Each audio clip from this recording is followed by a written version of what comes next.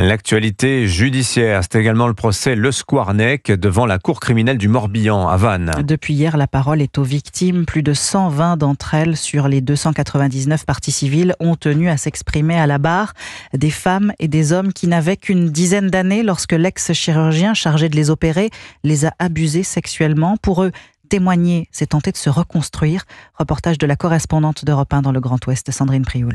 6 fois, il l'aura violée en 4 jours d'hospitalisation pour une appendicite, puis raconter ses crimes en s'adressant à elle, tantôt mièvre, tantôt sale dans ses carnets intimes. Virginie, qui s'est défendue du haut de ses 9 ans, mais il s'est acharné sur elle, admet-il aujourd'hui désolé. À la barre, l'aide-soignante, qui ne se souvenait de rien, raconte cette chose, surgit d'outre-tombe, dit-elle. Une descente aux enfers. J'ai dit ce que j'avais à dire, ce qui était le plus important, de ne plus être considéré comme un objet. Mais j'ai vu que pour lui, c'était pas facile de me soutenir mon regard. Le prédateur ambivalent se garde bien de raconter à ses victimes ce qu'il a fait.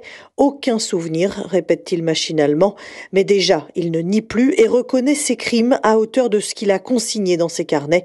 Amélie espère que ça l'aidera. On a été entre ses mains et aujourd'hui, on a encore notre destin entre ses mains. Et c'est un peu ce que j'ai écrit pour ce que je veux lui dire vendredi, c'est que j'ai envie qu'il me redonne moi ma liberté en me disant qu'il reconnaît ce qu'il m'a fait. Joël Le Squarnec verra défiler une centaine de ses victimes à la barre. Vannes, Sandrine Prioul, Europe 1.